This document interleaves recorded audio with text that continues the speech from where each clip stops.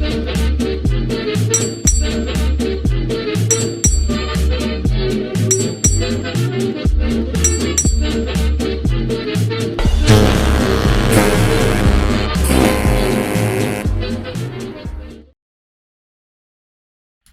everybody and welcome to the Drydock episode 337. This week the questions are taken from Guide 411 on the King George V class super dreadnoughts of World War I, and the Wednesday video on Admiral Spruance covering his career from the Marshall Islands campaign to the Great Marianas Turkey Shoot. So with that said, let's get on with questions. Brendan Buersdorf asks, why was the Japanese seaplane carrier Nisshan armed with 640mm guns in twin turrets? This seems like an extremely substantial anti-surface armament for a ship that's never supposed to be anywhere near the front lines. Was it supposed to operate as a sort of escort cruiser as well, given this armament is almost the same as the Agano-class light cruisers? As far as I can tell, it seems to be kind of half and half. So the Japanese seaplane tenders as a whole are generally viewed to be the next stage of what the Japanese had attempted with Rugio. So with Rugio, they'd attempted to build a small aircraft carrier that was under the 10,000 ton limit, which was the lower floor for what was considered an aircraft carrier in the Washington Treaty, and thus fall outside of the treaty. But when that loophole was closed up by the London Naval Treaty of 1930, they seem to have moved on to various seaplane carriers, because again, seaplane carriers fell outside of the primary restrictions of the naval treaty system. But the idea was ostensibly to be able to quickly convert these seaplane tenders into small aircraft carriers very rapidly in the event of the outbreak of war. As it turned out, only about half of the seaplane tenders were turned into small aircraft carriers, because it turned out it actually took a lot more work than they thought. But with that said, the facilities that they installed on the seaplane carriers do kind of put them as a general purpose type of vessel. Now, the slightly odd thing is that the previous seaplane carriers or seaplane tenders tended to carry 127mm or 5-inch guns, which were actually dual purpose. The 140mm on Nisshan are not dual purpose. They've got a maximum elevation of 35 degrees.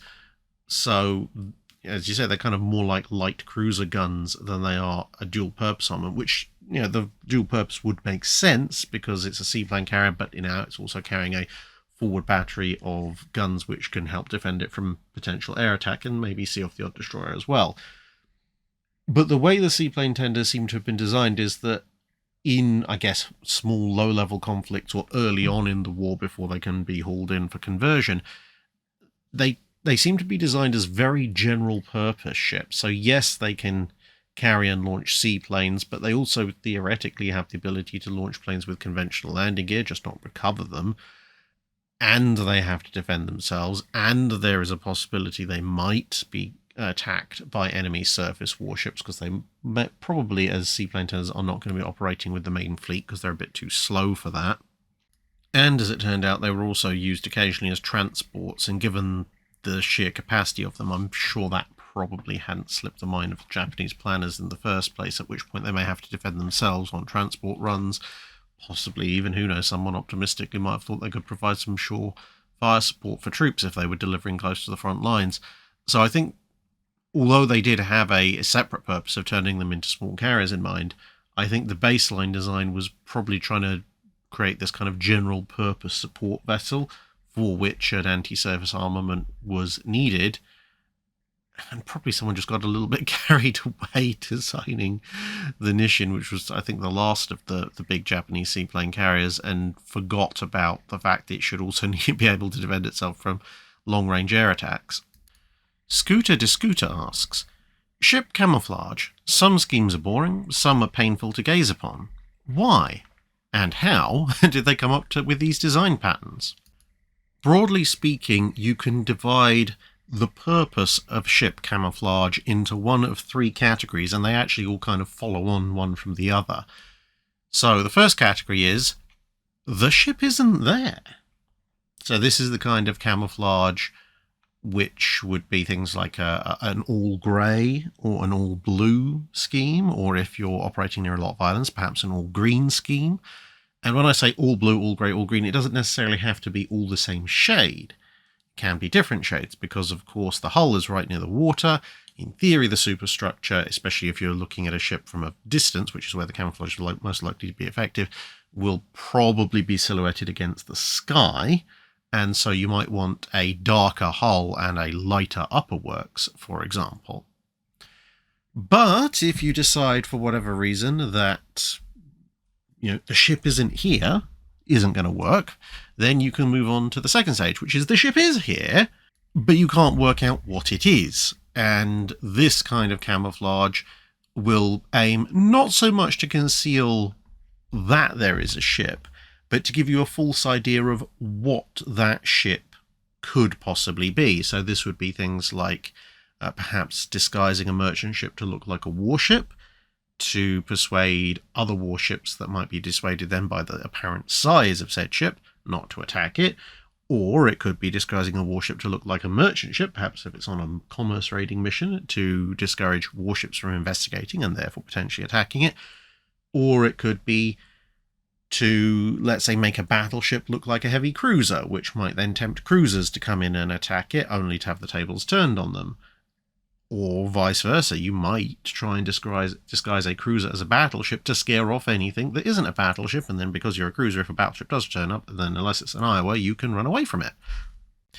And this could include things like, let's say, painting the bow and stern in very camouflage colours, if you like, so referring to point 1, and then painting the amidship section, say the middle 80% of the ship, in a very strong contrasting colour, which will draw the eye and tend to cause the bow and stern to fade out, and perhaps give a false impression that a large ship is actually shorter. And you use the same thing for profiles. So you put in a very, very strong colour that indicates, and actually makes the ship quite visible, but indicates, look at this. This is the thing I want you to see, and all the bits you don't want to see that could contradict that image, you paint in very pale, faint colours that hopefully match the surroundings, and then hopefully the observers won't see that, and they will think the ship is something else.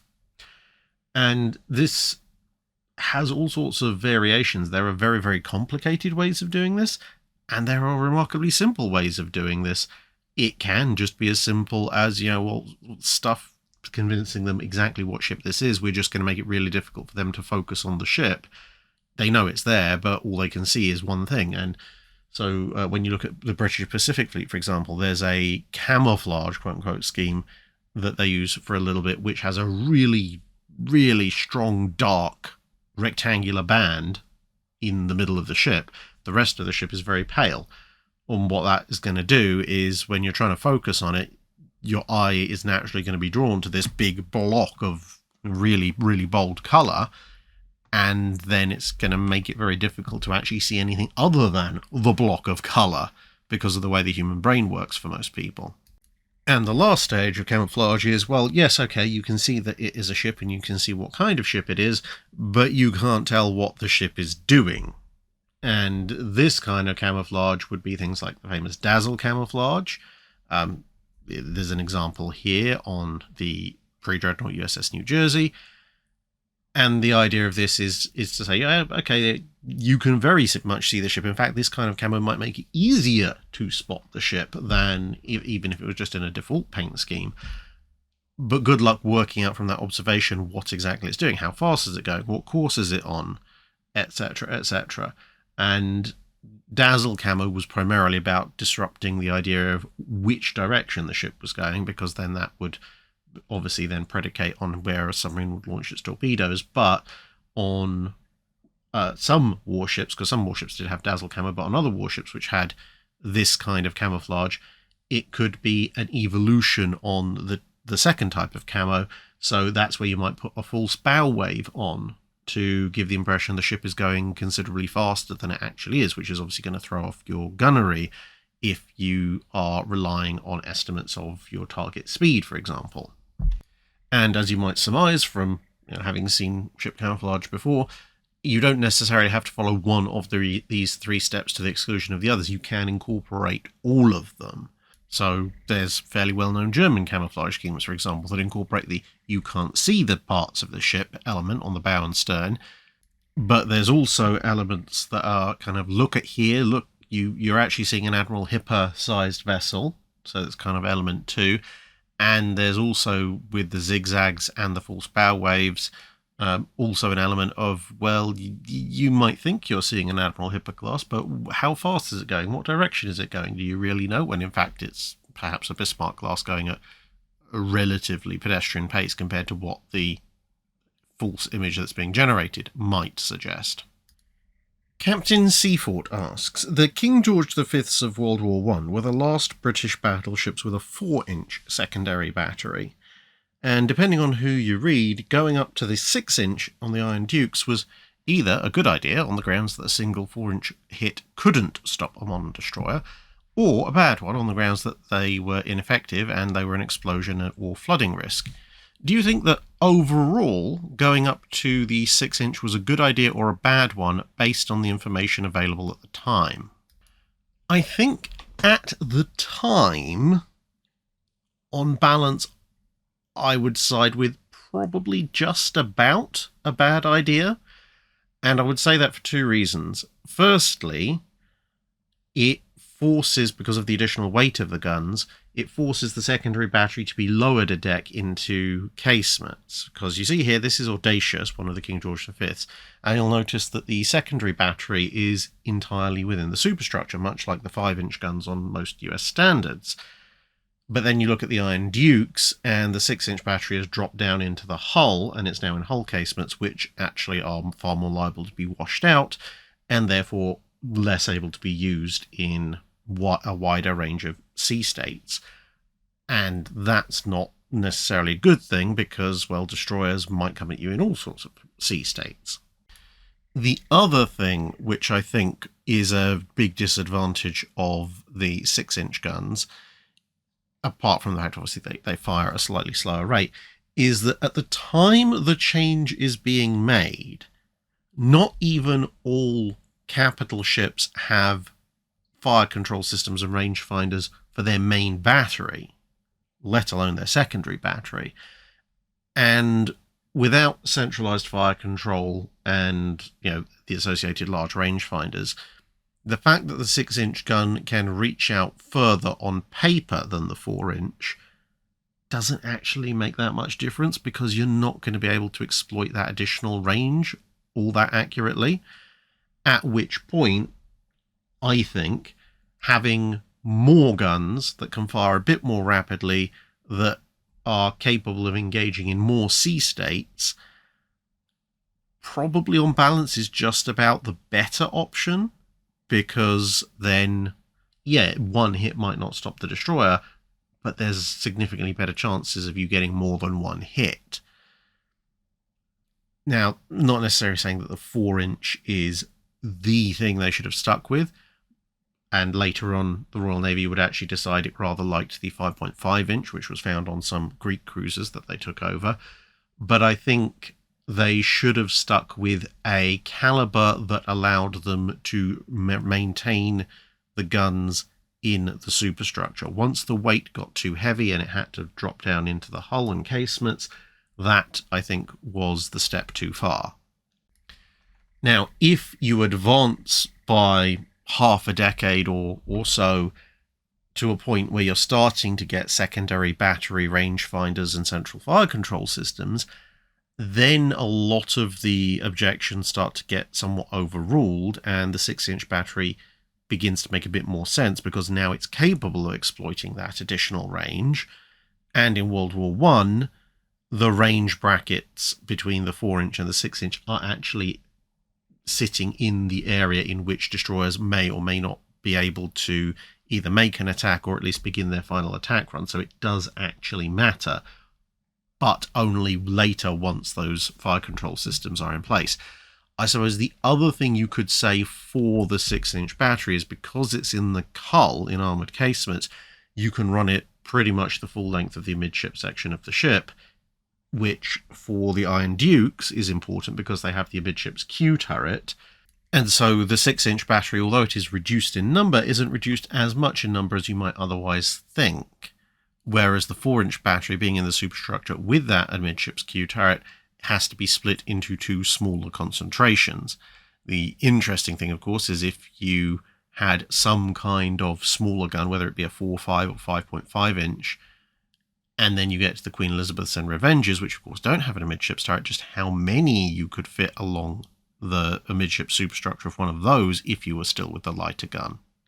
And while we're on the subject, this is kind of why when you look at things like my proposed improvement to the Bismarcks, although ideally I'd like them to put a 127mm dual-purpose armament on in place of the 150s and the 105s, if you can't have that, I would default to a much larger 105mm armament, because in that case, because of the changes in ability to fire quickly and the range capability and obviously fire control systems, etc., by World War II, a German 105mm gun can actually range out well beyond the capability of anything that's not a Kamikaze to make a torpedo attack. And yeah, the 150 can shoot even further, but they can both outrange a destroyer's ability to fire its torpedoes, and the rate of fire difference between a German 150 and a German 105 is considerably greater than the difference between a British 4-inch and a British 6-inch in World War I, which, combined with the larger number of guns you could get, makes a Bismarck armed with all 105 mils for its secondary, although not ideal, as said, I think a far superior choice, but it's for different reasons to why you might choose a lighter secondary battery in World War I. Alexander Corbett asks, were US Army Air Force efforts to mine the seas between Japan and the mainland successful in fully blockading Japan and bringing them to the peace negotiations? The short answer is no, but I think it requires a little bit more explanation. Yes, the mining effort by B-29s was highly effective, and yes, it did sink a lot of ships in fairly short order. However, a lot of this has to be taken into context.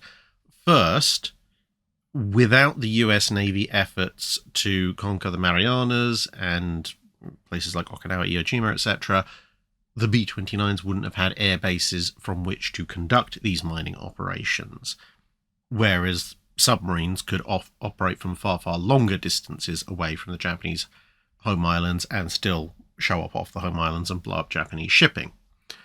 So the fact the B-29s were even able to be there was actually in part thanks to the US Navy. Secondly, while again not saying that the B-29s weren't effective, they were not responsible for full blockading Japan, because there were still efforts by more direct air assaults, surface ships, and of course submarines going on. So they were all claiming their toll. And on top of all of that, you've got to factor in that those other efforts, which had not entirely but very largely wiped out the Imperial Japanese Navy and a good chunk of its experienced sailors beforehand, meant that, for example, conducting extensive minesweeping operations was a heck of a lot more difficult with a smaller number of ships and less experienced overall crews in 1945 than it would have been in, say, 1942. And the last thing to consider in that vein is what kind of ship is being sunk. Because this is end stage of the war, lots of directly off the coast of Japan operations, but that also means that the kind of ships that can be sunk are more often than not going to be fairly small coastal ships. So you can sink a lot of them, but there will be a lot more of them still around. So if you look at the average displacement of a ship sunk by the B-29 mining effort, it actually averages out at only 1,800 tons. So obviously there would be some bigger ships sunk, but an awful lot of them are going to be really small coastal ships, which, as I said, there's quite a lot of. Whereas if you look at the submarine effort by the US Navy, that has an average displacement per ship sunk of just over 4,000 tons. So more than double. So statistically, a US Navy submarine is more likely to sink a bigger cargo vessel with considerably more cargo on board, and much more important to the Japanese war effort in terms of getting supplies from various other Japanese holdings, than the mines are, although obviously submarines could sink small ships and mines might occasionally sink a bigger one. But in the end, although a prolonged blockade of Japan might eventually have forced them to their knees through mass starvation, the simple fact is that even the combined efforts of the US Navy surface forces, subsurface forces, and aircraft, and the United States Army Air Force's mining efforts, and the USAAF's carpet bombing and firebombing efforts, and the threat of invasion, all of that wasn't enough to bring Japan to the negotiating table. And even the first atomic bomb didn't bring them to the negotiating table. It took a demonstration of the fact that the US Air Force could repeatedly wipe out cities with atomic bombs that finally forced the Japanese to consider peace on the terms that the Allies would accept. And even then, elements of the Japanese armed forces tried to overthrow the government and keep the fight going. So, yeah, the mining effort by the US Air Force, while, as I said, very effective and definitely a key part of Allied operations, in and of itself, on its own, was never going to bring the Japanese to the negotiating table in any way, state or form that we would actually recognize as the Japanese nation. Shadow Wolf asks, is it known why the triple turrets meant for HMS Hood weren't developed in time for it to be built? Was it because of a problem in the design that was taking longer than expected to solve, or something else? Triple turrets have an on-again, off-again relationship with the Royal Navy in the run-up to and during World War I, because, of course, they're looking at triple 12-inch back with the Bellerophon and St. Vincent period designs, and then it goes away again. Then it kind of comes back just for a little consideration with the Queen Elizabeth, but is very strongly considered for the Revenge class, and then goes away again, and then comes up midway through design as a discussion point for Hood.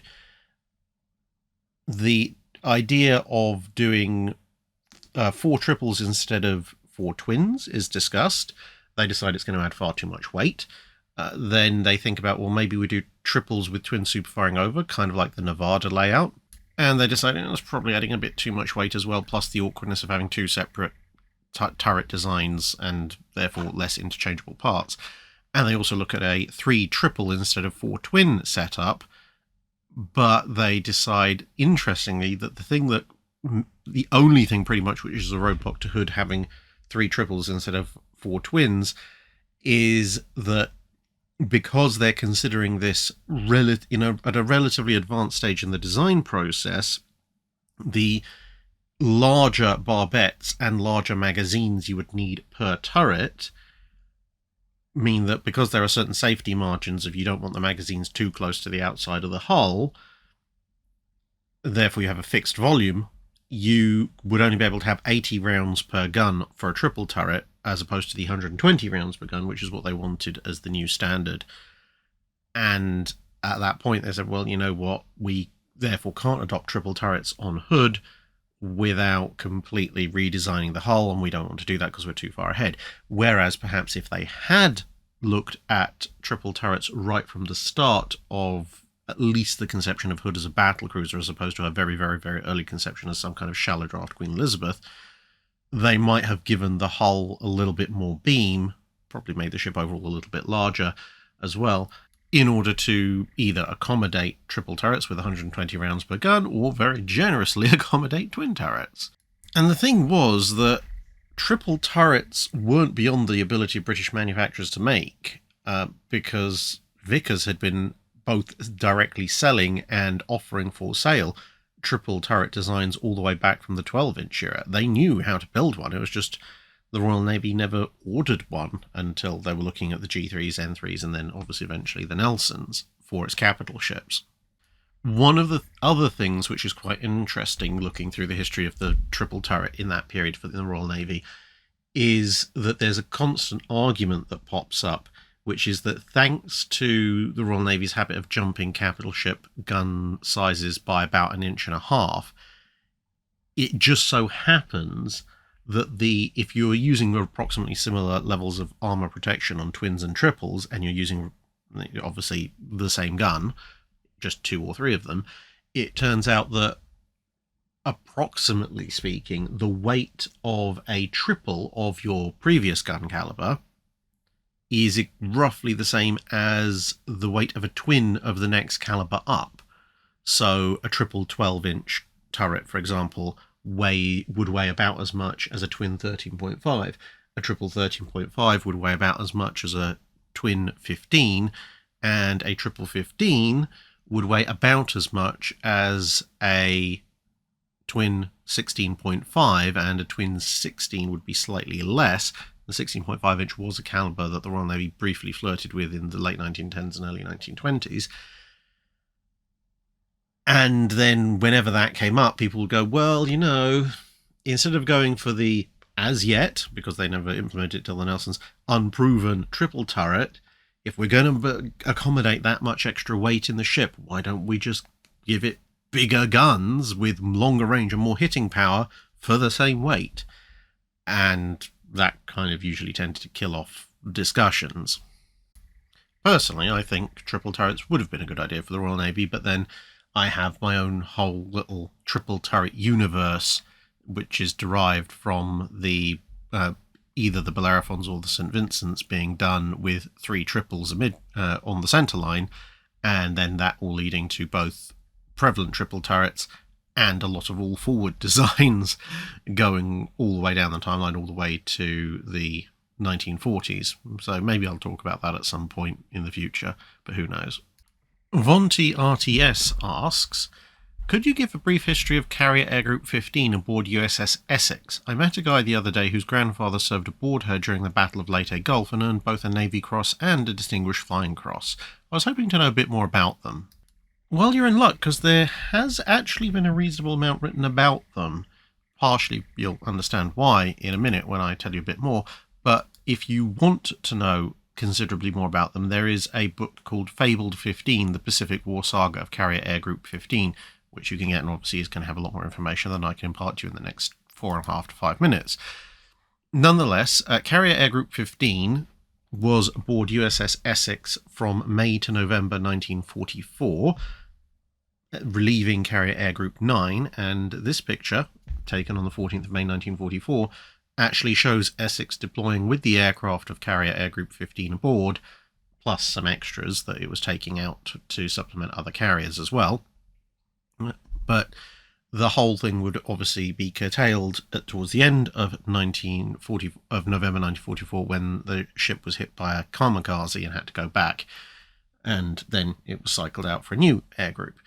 Now, that period, only 7 months, saw Carrier Air Group 15 achieve some quite amazing statistics. They shot down an awful lot of aircraft, they sank an awful lot of shipping, they became one of, if not the most successful carrier air groups of the Pacific War, but they did pay for it as well.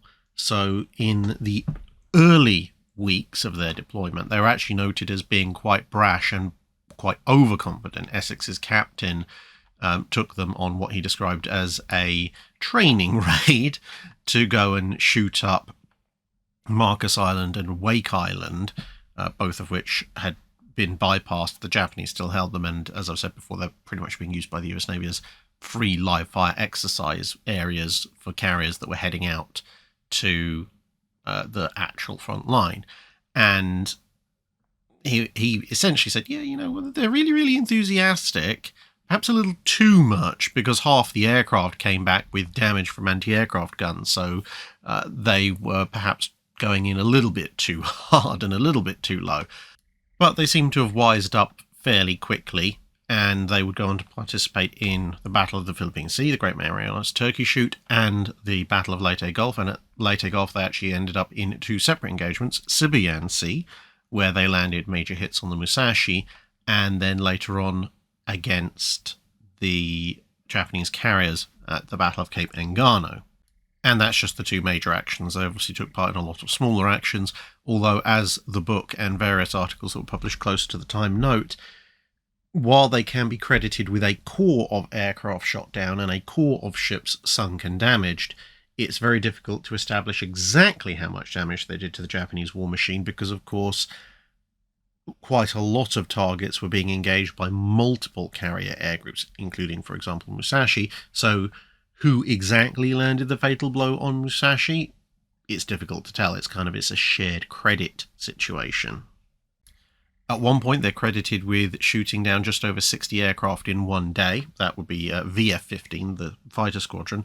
And that, I think, still makes them the single highest scoring fighter squadron of all time for the US Navy. And you also have other situations they became quite well known for. For example, during the Battle of the Philippine Sea, obviously the fighters were sent off first when the Japanese airstrikes were detected as incoming, but then the Helldivers and the Avengers were sent off in large part just to keep them away from the aircraft carrier, because then if a strike came in and hit the Essex, well, if you didn't have fueled and armed aircraft aboard, the damage would be considerably less. They weren't expected to intercept Japanese attackers. They were just supposed to orbit somewhere nearby and stay out of the way. But they decided, well, while we're up here and fully armed, we might as well go and blow up some nearby Japanese airfields. So they did.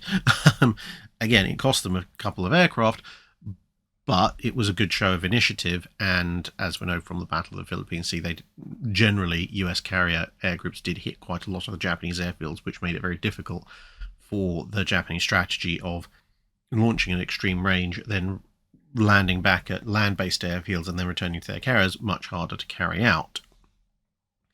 But as I said at the beginning, they did pay something of a heavy price for all of this. They started out with a strength of 100 pilots, so slightly more than would be flown off at any one time. But by the time their 7-month deployment finished, they'd lost 43 pilots killed in action or missing, and another 12 had been wounded, along with 29 killed or missing crewmen on obviously the Helldivers and the Avengers, and another 13 wounded. Aircraft losses in and of themselves were somewhat less of a concern, because aircraft can always be replaced. Whereas, pilots and crews could be replaced in terms of keeping the air group on the front lines, but you can't bring back the people that you've lost. But they were, all things considered, a very effective and very hard-hitting group. So, I'd recommend, if you want to know more about them, see that book I mentioned earlier. Lars611 Farmer 3 asks, my question is about the sequence from 1741 to 1751 in the Admiral Spruance video. Are these sailors spraying the barrels of a 5-inch 38 mount to cool them down after rapid fire? You can see steam emerging from the barrels, and if yes, isn't there a risk of warping the barrels by doing this, which might degrade the gun's accuracy? Well, here's the sequence in question. It's just going to repeat while we're answering it. So, yes, they are spraying hoses on this 5-inch 38 mount. However, while I don't know the exact circumstances behind this, and while spraying guns with water to cool them down was definitely a thing that was done in the Second World War, I think in this particular case something a little bit more dramatic has happened with this particular gun mounting.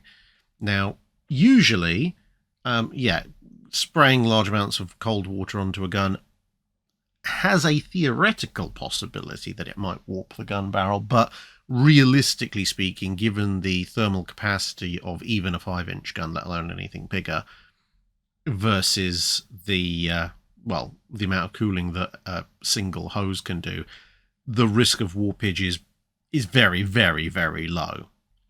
However, in this case, there is still, some fairly rapid cooling going on, particularly when they spray the left-hand gun in the gun mount, but the right-hand gun from our perspective, you can actually see large amounts of what's probably paint flaking off all of a sudden under the hose, and that will either be because the paint has come loose, it's been heated and come loose by the guns firing quite a lot, or probably more likely the sudden rapid cooling of the gun has resulted obviously in the gun shrinking ever so slightly, which has then popped the paint off.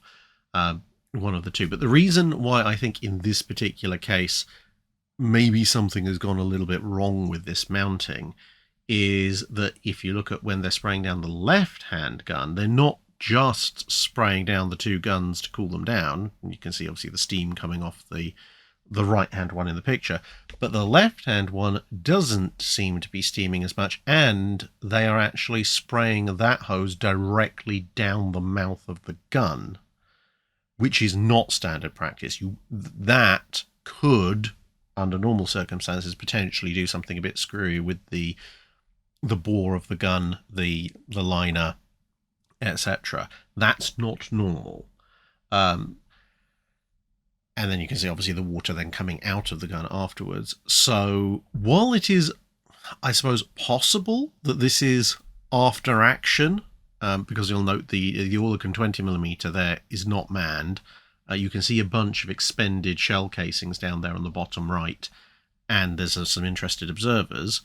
So that makes me think this is after action, because if they were still in action, probably that 20mm would be manned, and you'd probably be seeing additional 5-inch casings being added to that pile from other gun mountings. So I think maybe what's happened here is maybe there's been a hang fire, a misfire, a shell detonating early, or something has gone wrong with this mount, and they are therefore doing a kind of emergency cool-off for whatever reason. I mean, it was possible that it was firing far too fast, and that in and of itself has caused stuff to become jammed in it, and perhaps to prevent a cook-off, they're very rapidly hosing it down to drop the temperature enough so that someone can eventually figure out how to extract either the stuck shell or potentially stuck shells. Incidentally, by the way, when you see the US archive footage in the Spruance videos, and in pretty much any other video of the kind of that I do, that footage is directly related to what I am talking about at the time. It's not just randomly selected. So in this case, where that video is talking about all the way up to the Battle of the Philippine Sea from the Marianas. So the part of Spruance's career and the Pacific Campaign that I'm talking about, this footage is noted by the US National Archives as having come from that particular operation. So likewise with more recent Spruance video, when I'm talking about Iwo Jima, you're seeing footage from the Iwo Jima operations. When I'm talking about Okinawa, you're seeing footage from the Okinawa operations, and similarly Saipan, Tinian, Guam. Every time I'm talking about those operations, that is footage from that particular operation, rather than just, hey, here's a bunch of stuff randomly chosen from the Pacific War.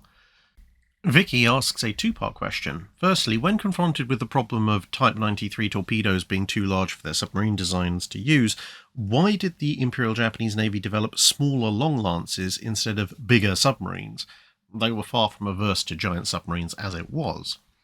And secondly, why did the Porters and Summerses use single-purpose 5-inch 38s rather than the quick-firing version of the 5-inch 51, given that the 5-inch 38 had inferior long-range ballistics against surface targets, and the lack of need for a surface action-only turret to elevate and train anywhere near as rapidly as a dual-purpose turret?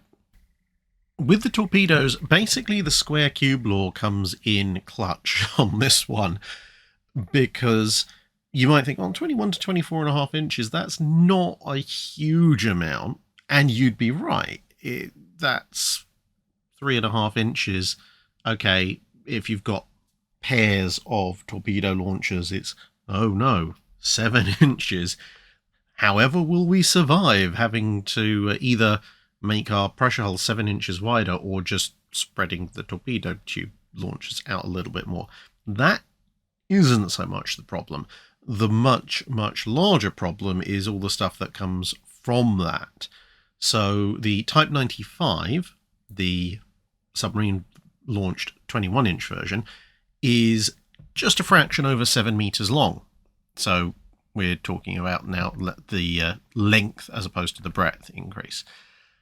The Type 93, the long lance, is 9 meters long, so it's almost 2 meters longer. Now, that means that if we take, for example, a Japanese Type B submarine, those things are pretty big already. They're cruiser subs, over 2,500 tons surface displacement, almost 4,000 tons submerged.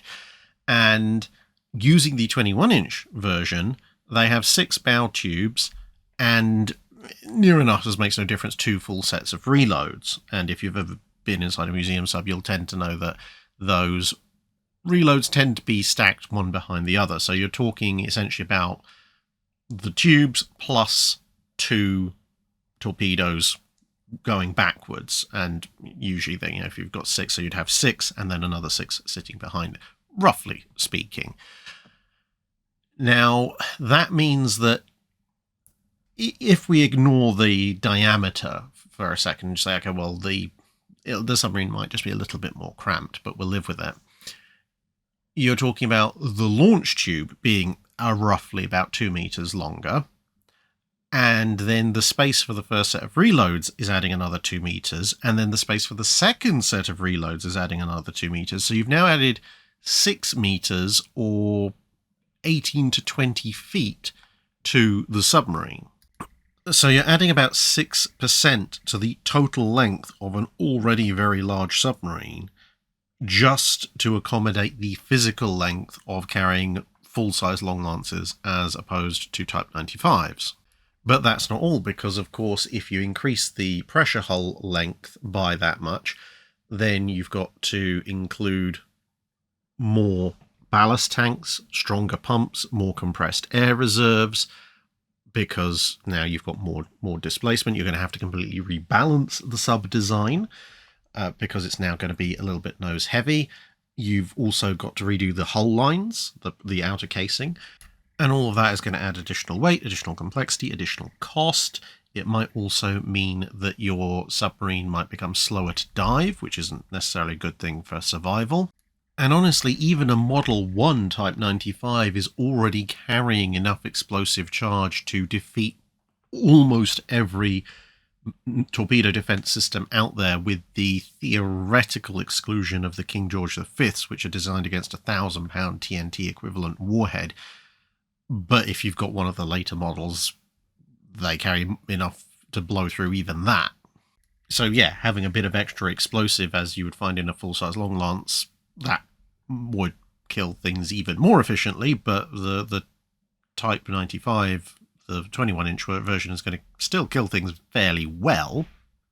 And one of the other big advantages of the long lance is the ridiculous range that it has, but that is far less useful on a submarine than it is on a surface ship, because, well, a submarine is first supposed to get much closer and much sneakier, but also there's some question as to whether a submarine can even establish a half-decent fire control solution using late 30s submarine fire control technology at anything like the additional range advantage that you'd get using a long lance, because, well, again, the Type 95, assuming you set it to its, relatively pedestrian 45 knots or more on the baseline model slow mode, that's still over 13,000 yards range. You're extremely unlikely to be able to get a valid fire control solution at that range. So the fact that the full-size long lance can go absolutely ridiculously further really is irrelevant, because you wouldn't probably even know there was a ship out there at that kind of range, let alone be able to get a half-decent fire control solution for it. But then we also come to the other big aspect of this, which is weight. And here the square cube law is really biting, because the Type 95 is about 1.7 tons, the Type 93, the long lance, is 2.7 tons. So it's almost 60% heavier than the Type 95.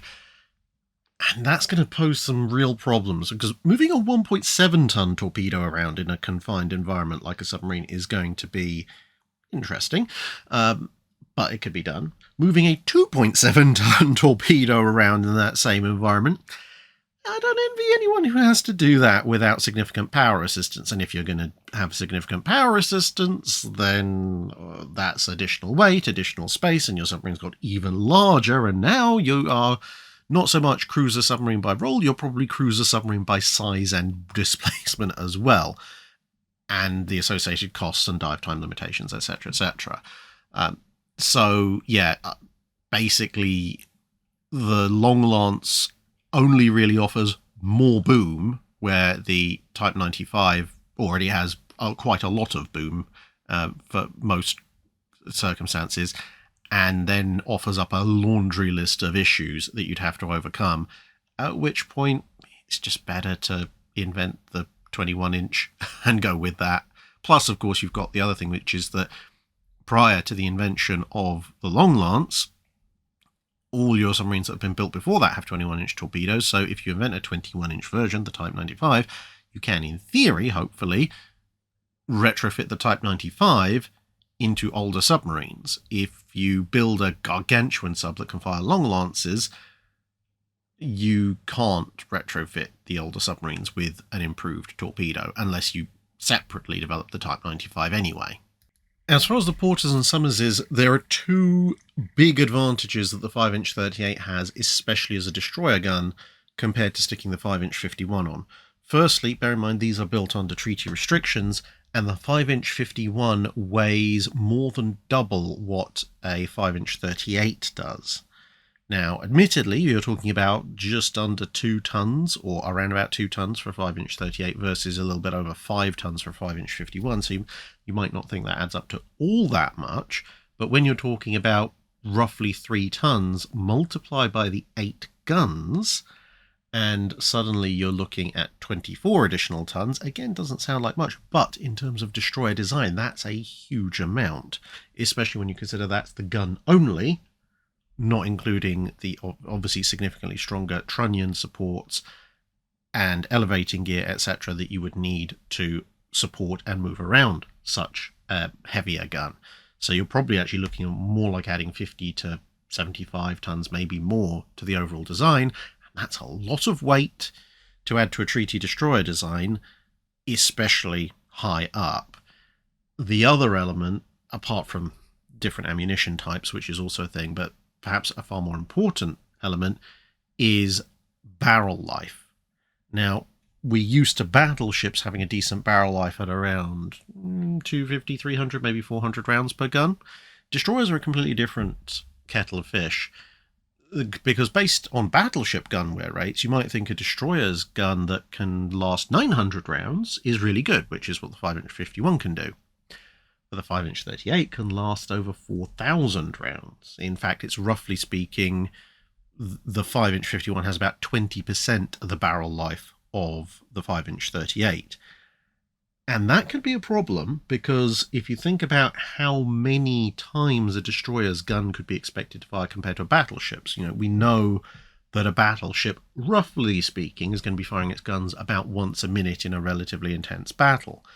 And they don't take part in big battles all that often. So you could quite easily blow through your entire magazine. In fact, assuming you've got more than about half your barrel life left on the average battleship gun, you would actually shoot out your entire magazine before you ran out of barrel life. Whereas on destroyers, with a 5-inch 38, you can shoot out multiple magazines and your barrel life is still fine. With a 5-inch 51, you're getting a lot closer to perhaps wearing the barrel quite significantly. In fact, if you'd say gone through one very intense engagement and shot out your magazines and then you restocked your mags, with a 5-inch 51 equipped destroyer, you might be looking at dangerously close to wearing out your gun barrel just fighting one more major surface action. And yeah, destroyers could be expected to fight quite a lot of surface actions compared to their battleship counterparts. So those would be the two primary reasons why they chose to stick with single-purpose 5-inch 38s as opposed to dropping back to the theoretically per shot better for a surface engagement 5-inch 51. Cameron asks, in the Pacific theatre, the idea of kamikazes comes up a lot, but what I'm more interested in is a lot of the time it's mentioned how effective these planes are, but I'm more curious about the physics of a plane possibly penetrating armour. We've seen accounts of ships like battleships being scared of kamikazes, so what are the physics of a plane making it through armour when so much technology went into both the armour and the armour-piercing shell? So this is quite similar to a previous question in a recent Drydock about kamikazes, but when you're talking specifically about battleships, it does afford a little bit of additional explanation. You can see here, I believe this is a kamikaze about to cause a small dent on USS Missouri. What battleships were generally concerned about was not so much a Kamikaze making it through their citadel armour, because basically that wasn't going to happen. Even if the Kamikaze was carrying a full armour-piercing bomb, it just wasn't going to get up to the kind of speeds necessary to even begin to threaten it, let alone impact angle and that kind of stuff. The problem that battleships had with Kamikazes was essentially threefold. Firstly, if a battleship took enough Kamikazes that a decent portion of its anti-aircraft battery was disabled, it might then be vulnerable to attack by aircraft carrying more conventional munitions like torpedo bombers, which still did appear during Kamikaze attacks. And at the same time, it would not be able to defend the far more vulnerable aircraft carriers. So that's one aspect. The second aspect is sheer loss of life. I mean, you can see here, again from the shot on Missouri, just how many people were out and exposed, even in this small section of the ship, during anti-aircraft drill, or in this case, real-life, anti-aircraft battle. And a Kamikaze, because as we've discussed before, you've got usually a semi-armor piercing or general-purpose bomb, plus the aircraft itself, including the engine block and any remaining onboard ammunition, and the fuel, is actually a very comprehensive shrapnel and incendiary weapon. And if it hits an open exposed area, like an area where there's a bunch of anti-aircraft guns, it is possible for a single Kamikaze to cause significantly more casualties than you would receive if that aircraft had just dropped its bomb. Because if it dropped its bomb, assuming it hits in the same location, there would be casualties from the initial explosion, from the shrapnel, but that would be about it. Whereas when a whole aircraft hits, not only is there considerably more shrapnel, but there's also much more potential for direct kinetic strike by the wings and the bits of the aircraft as it hits, whereas a bomb is relatively small. You'd have to be stupidly unlucky to actually get physically hit by a bomb, whereas if you've got an aircraft with a wingspan in double-digit feet hitting you, it's entirely possible that a wing could wipe out an entire anti-aircraft battery or two on its way to the aircraft making its final impact position. And then you've got the spread of the burning fuel, which is going to complicate rescuing people who are wounded, who might otherwise survive, but also that scattering of burning fuel can go further and catch even more people. So from a human perspective, Kamikazes are quite worrying for a battleship, even if the watertight integrity of the ship is not really under threat. And the final element to it is, of course, in terms of damage control, again, because of the multiple natures of damage that a Kamikaze that's carrying some form of munition will inflict. Again, if we take an unarmored area like, let's say, the bow, if a bomb hits the bow, again, blast, potentially a fire from maybe some onboard flammables, if you're really unlucky, the paint locker, but that's pretty much it. Whereas a Kamikaze hits not only a lot more compartments likely to get riddled because of the greater amounts of shrapnel, but with that fuel fire that will definitely be set off, it makes the whole damage control exercise considerably more difficult. And of course, with a prolonged source of intense heat, like a fuel fire, there is more chance for other things aboard in the immediate vicinity that might not have caught fire just because of a bomb blast to then catch fire because of the fuel fire, and the fire spreads, and therefore there is a possibility for a Kamikaze to do considerably more damage than a relatively small 250 or 500 pound bomb hit in that same area would do when you're talking about battleships. A.B. Coates asks, "It's said that HMS Dreadnought made all the ships that came before her obsolete. With that said, which pre-dreadnoughts gave the best performance in the Dreadnought era?" Almost certainly the Russian ones. And that's simply because, well, for the Germans, their pre-dreadnoughts were, if anything, a drag on the high seas fleet with their insistence on coming along. For the British, after a short period in 1914, the role of British pre-dreadnoughts was largely to go and shoot up Gallipoli and to operate in secondary theatres. For the French, pretty much the same. The Americans, getting involved considerably later in the war and being an ocean away, didn't have to use their pre-dreadnoughts much at all, again for frontline duties.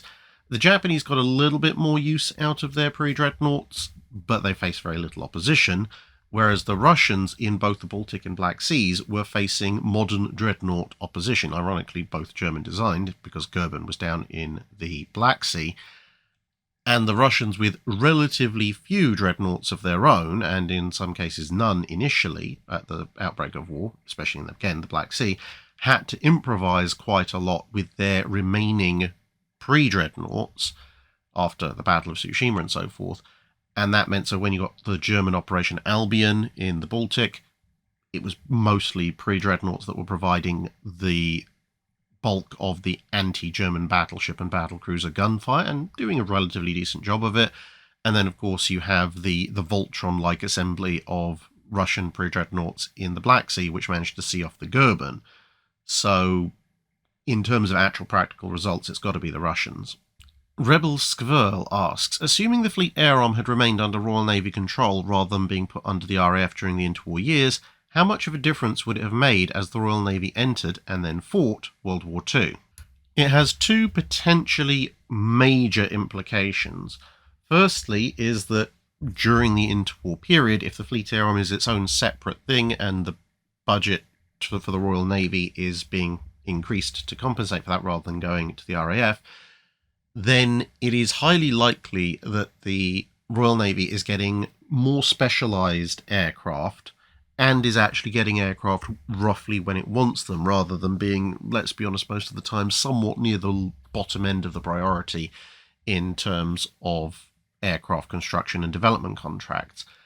And if you've got better aircraft, then you can make better use of them, which perhaps will advance Royal Navy tactics somewhat, and will also mean that the aircraft that they enter the war with are somewhat more specialised to the role that the Royal Navy wants. Now, of course, they were getting aircraft more specialised towards the role that they wanted towards the very end of the 1930s, but that's very different from suddenly being given control to a certain degree and being able to build on a bunch of other aircraft from before. The other element would be in terms of the aircraft that were actually under development at the start of World War II. It's possible that those aircraft might be advanced a little bit, so the properly dedicated and modified Seafire, like you see a potential drawing of here, might have actually been in the process of construction, so it'd be much harder for the Royal Air Force to then steal all the Merlin engines for their own purposes. But again, in reference to having better control, there may have actually developed separate lines of naval aircraft equipment in bulk, rather than the relatively minor separated lines that you get historically. And thus, in the case of our potential fully adapted Seafire in 1939 or 1940, it may be that it's not using a Merlin engine, because, yeah, the RAF may still manage to finagle getting full control of that production line, but there might be a fully developed line of marine-adapted high-performance engines which the Royal Navy could fall back on and say, well, look, we're going to use these because realistically they're going to cost slightly more than the land-based versions, and therefore the RAF has no particular use for them, so we can still stick those in our aircraft and get high-performance aircraft from the get-go. Nathan P. Gillespie asks, what would 14-year-old Drach think if you could tell him about naval history, travel, and writing? I think that he would think that, thank goodness, there's a way of earning a living that doesn't involve going into a soul-crushing office full of mostly room temperature IQs and huge amounts of office and actual politics. Albeit that if I was able to time travel and tell 14-year-old Drach all about what I do now, I think I would probably still tell him to do the engineering degree and maybe the first half decade or so in engineering, mostly because that helps round out the engineering side of what I know, and that is actually a huge help. But then, roughly speaking, come the shenanigans that come around with the credit crunch or the depression or whatever you want to call it, the great financial kerfuffle that lasted from about 2008 through 2013, I think at that point I would tell him, when you get to that point and you're dealing with some really obnoxious people, that's the point you should probably just quit and go into doing naval history full time. And of course, knowing that, you could invest even more time in doing naval history full research and so forth before you get to the split point. The Outer Circle asks, with the advent of armoured warships in the Opium Wars and their successes, followed by the absolute failures of some of said armour in colder European waters, what metallurgical response took place? How was this investigated, as this was early days of metallurgy and all common tensile, ductile and hardness levels, etc., that we perform on modern steels and structural members were still being figured out? I guess I am asking, how did the field develop in response to the fluctuations in armour due to climate? Initially, there was a lot of confusion and a lot of guesswork, and to a certain extent, a degree of Victorian practicality, because the vast majority of designers and armour manufacturers looked at the situation and went, that's weird. We don't necessarily understand, or depending on their level of expertise, fully understand exactly why this has occurred. However, what we can do is deal with the consequences. So, iron, regardless of whether it was behaving in a brittle or a ductile fashion, was still fairly good at robbing the energy from incoming projectiles and still pretty good at stopping shells. So its value as an armour material was still there.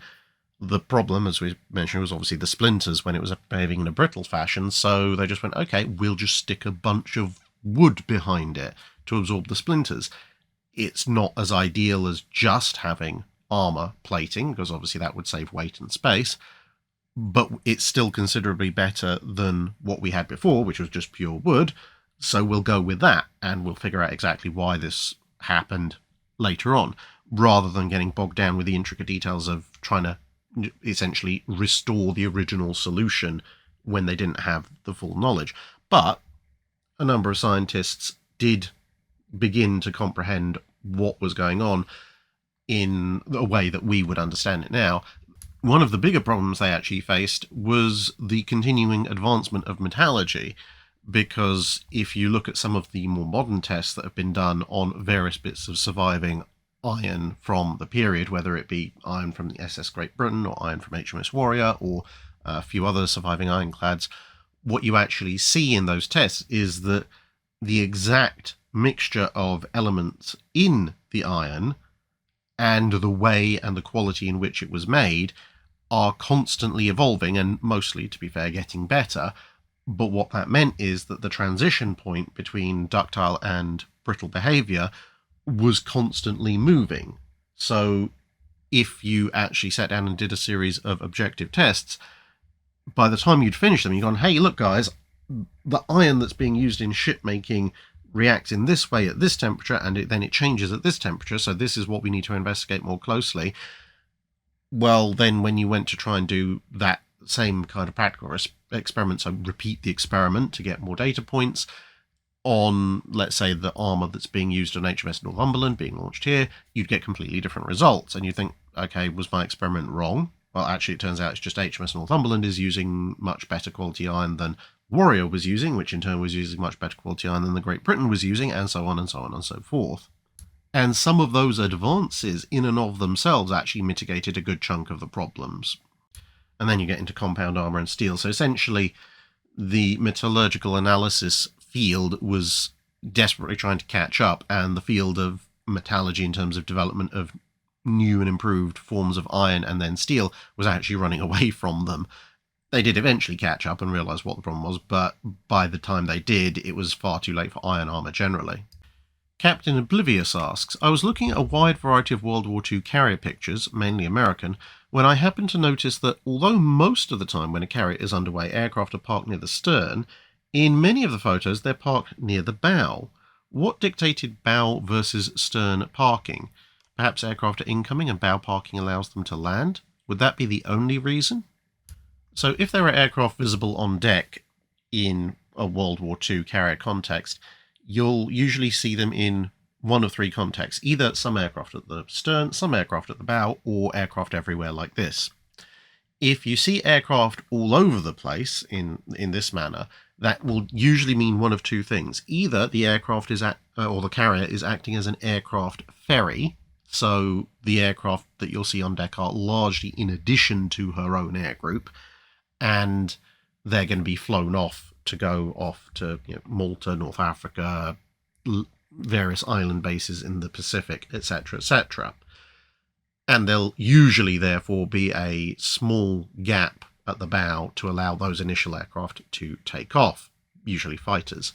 The other alternative, which is most likely what you're seeing here with Enterprise just before World War II, is the ship has just sailed, so it's heading out on the deployment, and usually that means a huge amount of stores have been brought on board, but perhaps have not been fully stowed away, and so they have been stashed in the hangar, and therefore the aircraft don't have room in the hangar, and therefore this allows the ship to sail while all those stores are still being stashed away. You just put all the aircraft up on the flight deck and hope you don't run into a storm in the next couple of days. And then as the stores are stashed and space opens up, then aircraft can be put below. There is also the tertiary thing of it might just be to show off to the local civilians as the ship sails. Once you're in a combat area, then the most likely area for aircraft to be is at the stern, because that'll be ready to go aircraft, usually combat air patrol aircraft, but occasionally some strike aircraft as well. And that's the most common picture that you'll see. But in terms of aircraft being parked near the bow and the stern and amidships being clear, yes, that will be specifically to allow aircraft to come in to land. And the aircraft you're seeing at the bow usually will be aircraft that have already landed, and there just hasn't been a slot in the elevator or the lift to take them back down into the hangar. Although, depending on exactly where they're positioned, they may also be a small force of combat air patrol aircraft ready to go in case enemy aircraft show up. And that's because there's multiple systems of barriers. You can actually see here in this picture right up near the bow, you've got a wind brake to stop aircraft being blown about. But further back, around the level of the island, you would, and exactly where depends on the class of carrier, you would have one or more crash barriers.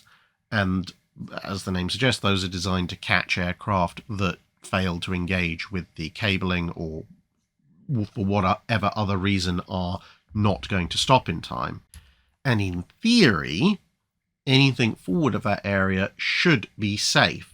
So one of the ways to tell exactly what's going on would be to look at exactly where those aircraft are positioned on the bow. If they're right up front in the area that in this picture is clear, those are aircraft that are waiting to be struck below. If there's a handful of aircraft, halfway back from the bow to the island or 2/3 of the way back, and then a little bit of space, those will be most likely aircraft ready to go at a moment's notice, ahead of the crash barriers, but with enough room forward for takeoff. And finally for this week, if the gods wanted us to be happy, they would have given us a honey-based alcoholic beverage. Oh Look Mead asks, between 1910 and 1922, can you choose 3 to 5 ships, either built during that time or modernised in that period, which you would save from the breaker's yard based on engineering grounds? Either because they're the first successful attempt at that type of ship, they're an archetypical version of that kind of ship, or they're the peak of that kind of ship. My top 3 ships that were built in that period and actually survived long enough to go to the scrappers as opposed to ships destroyed, because there are a few that were sunk that I would probably prefer to keep. But anyway, you'd be looking at HMS Agincourt, because she's a 12-inch gunned dreadnought. She has those ridiculous amount of turrets, and of course she was foreign built but then into the Royal Navy, and therefore covers a lot of different bases in terms of history. Then I would save Issei, mostly because she's built in this time period, but by the time she went to the breakers, she was in this hybrid carrier format, which again would be a very interesting bit of naval history, even if it wasn't a particularly good bit to be preserved.